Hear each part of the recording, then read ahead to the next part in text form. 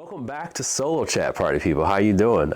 Really a little bit longer than I want it to be. I want to make sure I get this out once, if not twice a month. But Solo Chat, if you did not know, you're new here. Solo Chat is a show where we talk about whatever we want to talk about. And when I say we, I mean me and you. We can talk about whatever games you want to talk about. We're talking about the solo and the cooperative modes of said games, and we're just giving our opinions on them. Sometimes I'll review games. Sometimes I'll cover topics. Sometimes I cover both. Sometimes I just cover a bunch of games so you get an idea of what my opinions are on those if you care about them. But today we're going to start out with Essen. Essen is a beast. You know, it sold out this year. It had something to do with the holiday and more people just being available. I don't care about that kind of stuff.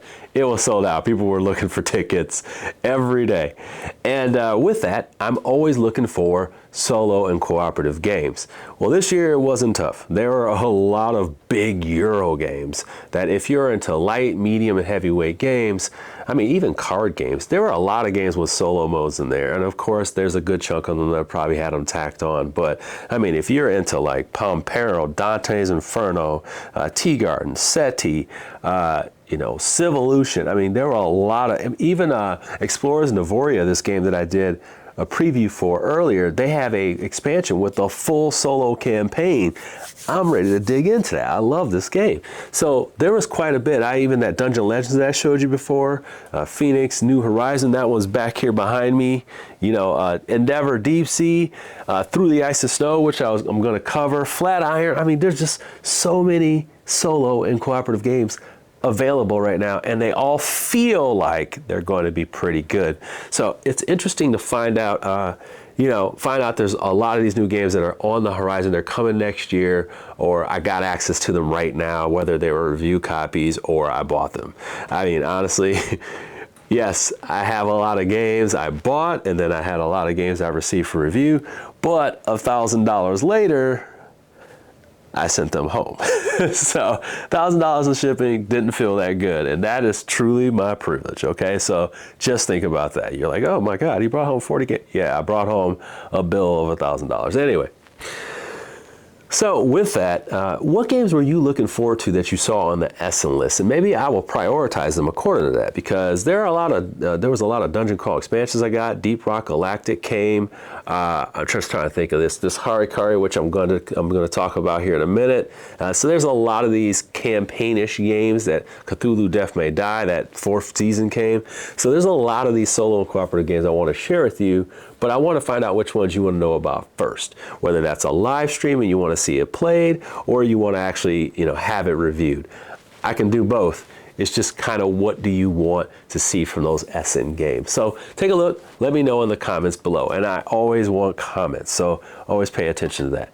Now, we are going to have one review, and it's going to be a big one. This one is going to be for the Harakiri game, which is on crowdfunding, and this is not sponsored. And I want you to know that, because this is not a Kickstarter crowdfunding show. There are plenty of channels that show those types of games, talk about what's coming and all that stuff. I watched them all. But this one here, they sent to me for review. The copy came in a little late right before I left Essen. So when I came back, I was like, I only have a lot of time. So this is going to be kind of a first impressions, but when I go to first impressions, I pretty much go as deep as you can go. So we're going to talk about this game. We're going to break it up into the 2 phases that are in the game. It's called like adventure phase, and I believe exploration phase, something like that. I think it's called exploration and then adventure phase. So we're going to show you both sides of that. I'm going to give you all my thoughts on it just from first impressions. I'm going to play it one time on that side and then play it on the other side. I got it already set up here. So let's go ahead and take a look at the 2-part, let's say, review impressions of Harakiri. Harakiri. I should have looked that up, and I should have Googled that and made sure I had it right. But there you go. All right, let's do it. Harakiri Blades of Honor is a game for 1 to 4 players. In this game, you're going to be playing like a group of samurais, and you're going around this world dealing with different things. I want to be very general about that, because you're here to find out exactly what this game does. I will tell you, it's dark samurai theme. It's got some devils and demons and cool stuff here that, like kind of if you're into that dark fantasy, not blood and gore, but I would say there are tokens with heads. They're not heads coming off. just so you know. But there are some demon tongues and things going on here that are in here, but not Kingdom Death Monster level. So what you're going to be doing in this game is you're going to have two sides of this game, and sometimes in different chapters within these big acts, there are two big acts in this game. So I'm just starting out in Act 1, and you have this adventure where you'll be out and about here, and then you'll have out and about in the land, and then you also have your exploration where you'll be kind of like deep in, like you're going in, and now you're going to be in this world where you're fighting and doing discovery and things like that. Now, along the way, each one of these characters will have their own little personal storybooks. They'll have their own little chapters and different things that they can play out in their story, and that will happen on these phases, but there'll also be goals that will be kind of for everybody, and there's some systems in there that work all of this in. So the first part I'm going to start with is this adventure phase, which is on the world, the open world part of this here. So let's just go ahead and go down here, and I'll tell you all my first impressions of things that I like and things I don't like, and you know exactly, I'm going to tell you exactly how I feel. So let's go ahead and take a look at this. Now what you're looking at here is this big old book. Like I said, they're going to have all the setups here. You're going to have the chapters. There even didn't seem like a lot. I was kind of thumbing through it. I didn't want to spoil this stuff for myself. But they have the setup here, real easy instructions here, and also like the little logs that you would read as you find little missions and things like that, and your own personal stuff like that there. So you have all that stuff, you know, different pathways. I'm not going to ruin it, but there's also some adventures in here. This explorations that when you get through certain parts, then you're going to have, there you go, you're going to have these sections here where you're going to have to actually go down and do some fighting in different sections. Well, the first part here is I'm going to show you the world that's going on here. So you have, this is the first scenario. I was kind of in the middle of it. I've sort of finished it. And of course, I'm the god of fake scenarios. I just make stuff up and show it to you. But the flow of the game is really easy. All you're doing is, and I'm literally going to pull this card out here. They have a really good card that, like, once you read the rules, you just look at this card and it just walks you through the whole thing here. So we are in the adventure board, and you're going to have these different things around the area here. You're going to have these different like clan markers that are specific, that are kind of like, hey, these are clan markers to mark what quests are out here. But then you're also going to have your specific ones, which are for your story. So when you get to those will be your stories. You'll go to your regular book. But the real gist of this game is you're going to start out with this kind of pressure influence track. This influence track is going to go up every round, and let me just move these to the side. They're going to go up every round, and as this goes up every round, you're going to have this pressure mechanic where the influence is going to go up, and if the influence as it goes up will trigger different types of influence actions on these cards. This is something that I really like because it gives you pressure, and you know you got stuff to do as these rounds move along, but you know that it's actually going to get worse from green to yellow to red, and then ultimately you don't want it to get up here because it's going to do some terrible things, and it's usually going to end the game. So you know that there's going to be some pressure applied if you don't start doing whatever it takes to pull this influence back down. Gives you a little bit of, you know, like it gives you a little bit of anticipation and whatnot. In the first game, you only have a couple of these cards. Now, what you're essentially trying to do is travel around the board and also take these tokens off. These tokens will be out here. They'll be 1, 2, and 3. They'll be kind of spread about here. And what you're trying to do is go to those numbers that are out here, because it'll tell you, hey, you need to go to Kyoto. I believe that's one of them. So this was number 3. So number 3 would be on here. So that'd be right there. And what you're trying to do is get your people there to uncover this so that you can actually take this here. Now, I do like that these are out here and about, because it kind of represents like if you're playing a video game, like let's say like The Witcher, and you're trying to go and you're trying to kind of focus on, hey, I need to get to this village. Okay, so what's going on? There's a fire, there's spirits, what's going on in the forest? And that's the whole idea. It's like, hey, you got a whole bunch of things that are on your Assassin's Creed checklist, your whatever, Neverwinter Nights, Baldur's Gate kind of list, and you need to figure those things out. Meanwhile, the pressure is going up on those. Now, there's a little bit of, you know what to focus on, but you don't know what to focus on sometimes. But I like the fact that the cards are out there to tell you, like, hey, you got to do something. You're not just running out here. And you also have the temptation of fulfilling your own quests. Now, speaking of that, let's talk about our characters. The characters here, they have their own little thing going on. You have these different stats here, but I'm just going to tell you some really interesting parts about this. But I'm also going to kind of go back to it again when we get to the other side, because different actions happen here. So you're looking at your characters. There's these 4 different types of things that I believe is strength, stealth, like wisdom, and like some kind of ethereal thing. But one of the cool parts here is that helps you with stats. It helps you do certain things based on these cards. But the one really interesting part of this game is these kamis. So you have these different kind of boss, like these spirits that kind of infuse with you, and what they do is as you spend these resources at one of these locations over here, you'll get to move up this track. But as you do, you actually unlock more abilities. So you have these abilities that become useful, whether you're doing the exploration or the adventure phase, and they kind of help you. But if you get to the top of this, you become completely infused with this thing. You become a spirit almost, and you get to do some like God stuff, but you also die. I absolutely love that. I have not experienced it yet, but I love the whole idea of like, you literally could just flame out. You can power up and flame out. That sounds cool to me. I would love to see how that plays, because I'm a risky guy. You'll probably hear that several times here. I'm a risky player. I don't even know how I win half the games, but I don't even win half the games. But anyway, okay. So diving in and what's going on as well. You also have your own little skills, and as you add those, it'll come a little bit more into play when you get to the other part of the game. But there are some that work when you're in this kind of situation. All right. So what are you doing? Okay, you get in the game. We talked about the influence track, and now you're taking your actions. Typically, you're going to try to move around. There's these nice roads, and then there's also roads that are a little bit more dangerous. So if you go on the nice roads, you don't have to worry about anything. If you go on the dangerous roads, then you're going to have to pull one of these cards. Now, this is where I think the fun and then also the weird randomness that doesn't work out so well comes into play. So you're playing solo, right? If you were playing solo, you have to play as all 4 characters. The upkeep is good. It's good to go. Although I have every token in the game over here to my left, I'm not an organized gamer. I would tell you that hopefully they come up with a functional insert for every token. Currently, I don't see that, so I'm not feeling that. Like I think we're now at a point where it's like, if the crowdfunding is decent enough, can we get something for all the tokens? That's my bag. That's how I feel. I already have enough of these Board Game Geek things, but that's just me. Once again, privilege.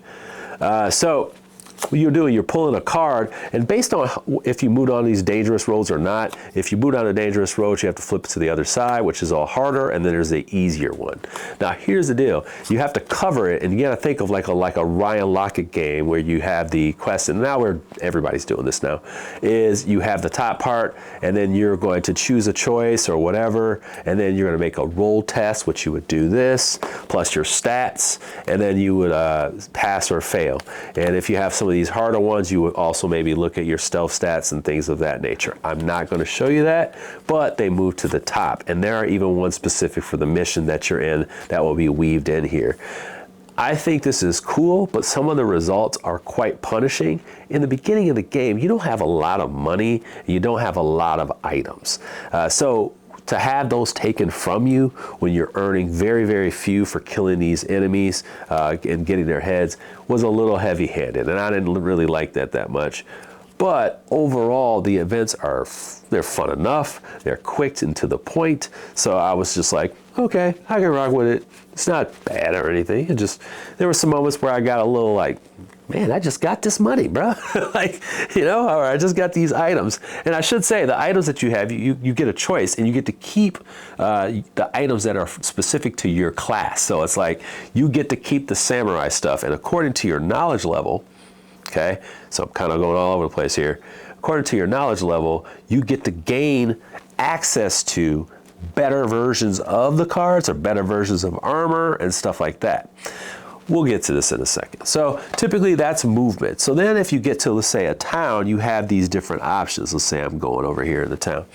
That town, there's different sets of things you can do. So you can go to the blacksmith and make some of the items that you have that are yours, your type of items, because you have an extra 2 in this game. So like I have this extra bow and this. I can have the blacksmith make them, or I can pull cards from here to buy from the merchant. I also may have a place I can rest, all that kind of stuff. So you have the open world feel, right? You have these temples out here that you can go to and turn in these, I can't even think of the name of them, but you turn these things in, you move up the commie track here. I don't want to be up there. You have all different kinds of things that you can do with your 3 actions, but typically you're trying to get to these missions so they give you more ideas of things you need to do. And what will happen is you will have to read from these things, and it'll tell you, hey, this is what's happening, this is your reward, and things of that nature. There are things that I really absolutely love in this game with the movement. So let's say you are with someone here and you have information about a mission. The mission is not known by everybody what you're supposed to be doing. So what'll happen is if I'm sharing a spot with this person, they will become aware of the mission, and you know what? They will know what's going on with mission 2. They'll know everything that's going on. So now they can help you complete it. Another interesting thing in this game is movement. So you get 3 actions on your turn. And one of the movement things is you can only take 1 move action per turn. So you get to move a certain amount of movement. The tricky, interesting part is if both of you spend an action, you can move according to the lowest movement of a person. So like this person, let's say they had stealth. Let's say they have stealth here. They get to move an extra movement. Well, I get to only move 3, so we actually can move 3 together, okay? And then I still can, he's already used his movement, then I can still use my movement on my turn. So there's this like little strategy to that. It's kind of like you're talking to each other because you're in the same spot. That's a really, really cool thing. Now, combat in this area is not as exciting, okay? It's okay, it's not as exciting. In this scenario, you're gonna have these guys, they're trying to get here, they're trying to move, and what happens is you get into a spot with combat with them. You can roll these dice, this which is a combination of dice, I forgot, this is for skills checks. But you also, have these different versions of your fighting. So you have some, the kind of exploration side, and then you have the adventure side, and you roll these combination of dice. And I should mention this now while we're here. You have a yin and yang effect.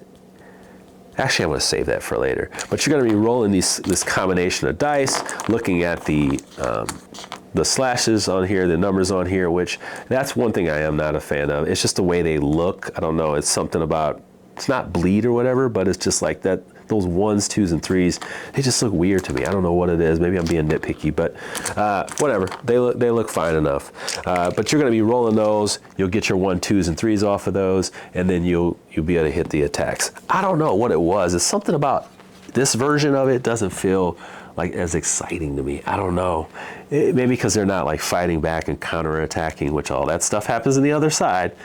It's just that it's not as exciting when you're doing this here. It's very quick to the point. Maybe it gets better later on, but that's how I feel about combat on this part. The other side, way more interesting when it comes to combat, but we'll get to that. So overall, I like this mode. I do like the strategies of movement that go on here. Some of the events here are pretty fun. I like the fact that we're unlocking things and we have like our own little narratives, and you start to tell your own story in here. There's also the feeling of you got to go back and forth different books and pages, but that's up to you. You're not playing with anybody else. You got to go through these little books. The setup is a bear initially when you open this box, but overall, this mode, I really approve of it, thought it was fun, looking forward to the other side. So let's actually get to the other side here, which we're going to explore on the top down now. We're going to break out the tiles, break out the enemies, and I'm going to tell you what I think. All right, let's take a look at the exploration phase. I played a couple rounds. Now I have an idea how things work. So let me give you my impressions and also just give me like full-on reactions, because that's honestly what people do. They kind of have a first experience and they go, or they go, yeah, that was actually pretty good. I can't wait to see more. So I'll tell you how I feel about that when we get done. So the exploration phase, and the whole idea is sometimes you get a choice of which way to go. I got to choose the cliff or the ocean. I'm not going to tell you the story element and why, but that's going to send me to two different board stages. And the tiles look like this. There are a couple tiles. Here, let me actually grab a couple more. There's some that are bigger. On the back of the big adventure board, there's a gigantic map, but they're not that big. So the table presence is not insane here. So what you got here is general stuff. The real interesting part is what comes from these decks and how the initiative order works. There's a lot of little options in here. So there are events that happen, and they start according to what these oracle cards do. So there are red and green oracle cards that will determine the difficulty for the round. It will also tell you what events to pull. There are event cards under here. You will have one or two, I'm assuming more, depending on where you're at. And when you get, let's say, green, you're going to pull this up, and it's going to tell you what event is going to take place on the cliffs. Okay, so you get it, maybe this one here, characters gain one additional action. It appears that the path into the forest continues beyond the place orange, remove orange. So then you remove place orange, that kind of thing like that. Just give you a taste. Now, this malice track will happen if you have no more things to pull. So if you have nothing to pull from this card, you get to the end of the card, this malice track will go up, and that may affect some of these enemies. Now there is the kind of like basic version of the enemy, which is at the top, and then you have the more aggressive, and that's due to if you pull a card out, like a red card instead of a green, that would also trigger this as well. Now, you see these cards up in initiative. I decided I'm just going to shuffle them for you right now and then show you how some of this stuff plays out. All right, so you're shuffling the cards, and think Aeon's End, think Adventure Tactics. You're going to have these cards come out here. Let's see. So we have our enemies, and I will tell you the enemy spawn points on here, they got some kind of funky emblems there. They're a little bit better here, the symbols here, and I'm assuming that's for color blindness, so you always want to make sure we're inclusive and understand that other players cannot see certain things. But that's my layout. Now, dig this. Now we have options to kind of move things around based on skills, all the skills of different characters. And that's where we start going to these areas here.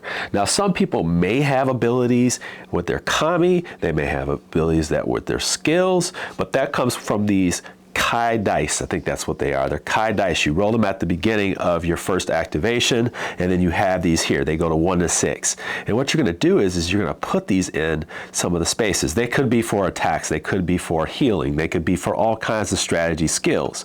But you're going to put this die, maybe you put it in here, and then it says like this one here, if I had it in there, it'd say at the start of the round, modify your initiative by 1 position. So let's say in the next round, if I wanted to do this, I actually could modify my position by 1. But there's actually something you can do once all these things and skills have played out. You have the option of switching 2 of your heroes. Why would you want to do that? Well, let's say, hey, this guy here, you probably want him to heal because you know that this character is going to maybe hit real hard. So you can switch between this ninja guy, and you can say, hey, you know what, I'd rather have them attack right before this, and you can switch that right there. Hopefully that's all right. And then you know that you have kind of a, you know, when Aeon's End, I just think of Aeon's End, sometimes you just get pounded by the enemy because all your cards come out for the enemy before you even get a turn, and that really stinks. I really enjoy the fact that that's an option. So now we get into turns according to this. So I have my Kira here, and remember, we control all 4 characters, so just to give you an idea of how stuff works. So I have my character here, and he's knocked down, okay? So maybe I wanted to switch this, maybe I wanted to switch between the two because I want to make sure that he isn't knocked down, right? So what I would do is, since he's adjacent, I would activate one of my skills here, and when I activate this one, it says remove your negative conditions and those adjacent allies, and you both regain health according to the value of the die, -4, so he gets 2 back, and he also removes the status, and I would remove my status, so he gets that back. I even get an extra activation token based on this, but we're not going to dig into the weeds here. And then I would do my stuff. So I can spend these things for an attack, I can spend them for movement, but I'm going to show you something really, really interesting, and that's how you move. So I got to do this to move, and I'm going to show you an attack. So I can attack with 1 activation, or I can attack with 2 activation, and there is a difference. I'll get into some of the free actions and different things you can spend on. You can spend 2 to re-roll your dice, some of these dice here, and that would be, as you get more levels, you get more of the dice that you would roll. So if I was at level 3 with level 3 skills in here, I would have 3 of these dice to roll, and I'd have more options. You're going to go ahead and fight. So on these attack cards, they have these different setups. So the first setup is you're going to have a blue version and a red version. If you use 1, you just take the blue version, roll your set of dice. If you use 2, then you can use your red set of dice. And with the red set of dice, they're better dice pool. There's these different types here. But this is the game changer. This is a focus die. It's a black die, and it's got different effects based on what you're rolling. So if you roll this with it, there's a high risk and a high reward. You may roll a blank. Well, blank is just blank. You just miss. But if you roll, and I should have had this out here, if you roll specific sides, you can ignore armor. You could totally miss and get counterattacked.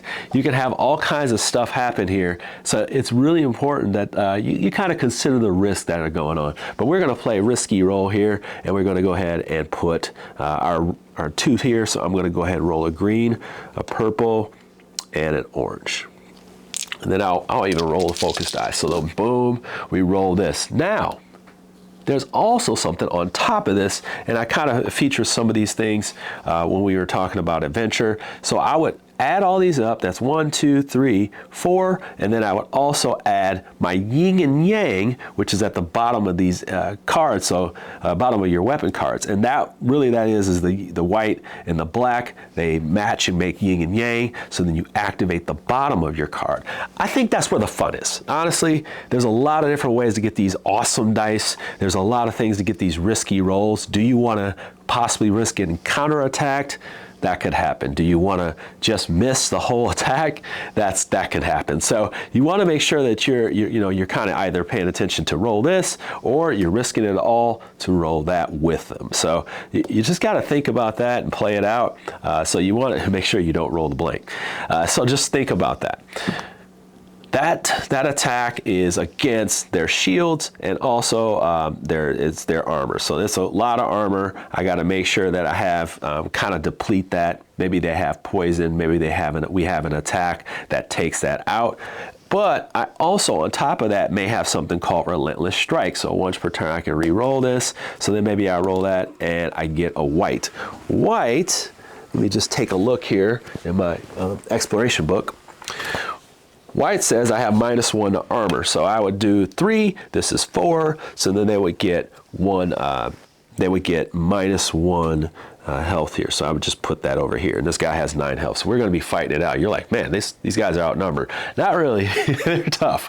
So that's just to kind of give you a gist of some of the things that you can do. The enemies, they attack you back. So let me give you a gist of how the enemies work. The enemy, this orange guy is going to attack. They would roll a 1. Now, depending on what we have in play here, the green, and let's just say we have the green. So then we look. The green, these enemies are going to have green on them. So they would be the normal version here. They get plus to their armor, but what we would do is resolve the card from top to bottom. Really easy AI system. You know what's coming. They already have like special skills already. So these guys can shoot their guns if they are long range, but they also have an attack if they're short range. And they're very easy to understand. Things are in bold, so you understand where to look them up in the book. The aggressive ones are very aggressive. This aggressive version is very aggressive. And that's pretty much it. I'll be honest with you, I don't think anything's wrong with the combat other than swingy dice, because, I mean, if you roll a focus die, it can go sideways. I mean, that's pretty much it. Events are cool. They will either screw you over. If you get to the malice track and there's something that triggers here, something happens. I mean, you're going to have more skills in here when you get later in the game. So I have, what is this one here? Hanaku, whatever. Let's see here. So like, let's just say you're doing this here and you're going to be adding these. That means you're leveling up, which means you're going to level more of these skills, which helps with checks. But I will tell you one thing that I'm on the fence about is, let's say I'm at level 3. I got 3 dice here and I got these slotted in. Some of these have a certain thing here that you have to be, a threshold that you have to be. At the end of the round, these go down 1. Maybe because you're so OP in certain points, but I'm not necessarily sure how I feel about it. It's just that I didn't get a chance to go through the whole campaign to see how awesome that develops, if it does, in a different way. But for those to tick down, I'm not sure how I feel about that right now. So with that, it seems like it's pretty easy from the gameplay that I saw. The more complexities really come from what events play out and then how you move into rooms. So as you move into rooms, more of these cards will come out. You have a new initiative order based on what things are introduced. It seems very easy to go through. Seems, because first impressions, this is what I'm giving you. So let me know how you feel about that. Overall, I can recommend Harakiri based on what I've played. I will continue to play this one. It's going to stick around until I get deeper in there and try to make a final choice. But right now, my first play of both sides, I'm enjoying it quite a bit. Okay, yes, I got a lot of components over here. I haven't seen all the story, but even the story elements, I was rocking with it. It's a lot of paragraphs. There's actually a lot of written script in there, and the stuff that I read seems really, it follows good story beats. It's not like, woo, this story is amazing, Tainted Grail level, but the writing's good. And the writing is good enough, and this seems like the choices are very easy to resolve. I mean, you're really just rolling a die, seeing if you hit the number, and then adding it to your skills. It's not that hard to do checks. It's not that hard to get leveled up. Leveling up is very easy. You're just going to move up your health, move up these things here. I would say that you also got to realize that the difficulty of these, they transfer over from one mode to the other. So there's that difficulty as well. It doesn't feel like you're ever that OP, I should say. It feels like you're just ready for the moment, but the enemies get better and they get bigger. Okay, so they get bigger. I'm assuming that boss fights are pretty hard, and there's even like kind of mid-bossy type characters. I think Massive Darkness 2, just kind of like these are boss guys, but they're not bosses. You got to really get ready for that. So I'm really interested to see where that goes. But like I said, overall, I definitely can recommend this one here. I would like to thank the publisher for sending me this game so I could share it to you. Wish I had more time with it to give you a full-on review, but I think this is a solid one. You know, this is a solid one. Take a look at the pricing. I haven't taken a look at the pricing. Probably seems like a good value because there's a lot of big miniatures in here, and there's just a lot even for the minions, and they actually look really beautiful. But I can never tell people what to do with their money. So consider that. Today's episode of Solo Chat is not typical. Usually I do not cover Kickstarter or crowdfunding games during this, so I just want to let you know that. But this is actually something I can do because the game is available already. This is a reprint and some extra stuff. I did not get a chance to see what the extra stuff is. But typically I stay away from crowdfunding and games that I've played for crowdfunding and done previews on, because that's not what we're here for. I want to be able to give you opinions on these things and kind of go deep into them. So maybe that opportunity pops up again where there's a reprint or something like that of a game that I'm interested in. I did reach out to the publisher about this one, so I'm thankful that they gave me a copy. All right, folks, what do you think about this game based on what you see here? A lot of big box campaigns. We're even going to make an episode about delving into dungeons and adventure games in the wintertime. I'm telling you, it just feels like the season for that, right? It felt like the season last year. It feels like the season this year. And let me know what games you want me to cover. Could be Euros, could be card games, could be anything, because I am coming back from Essen and I got a lot to share. Probably going to bring some live streams. You let me know what you want to see. And with that, party people, you take care. Have a wonderful day. Thank you for joining me on Solo Chat. I truly appreciate it.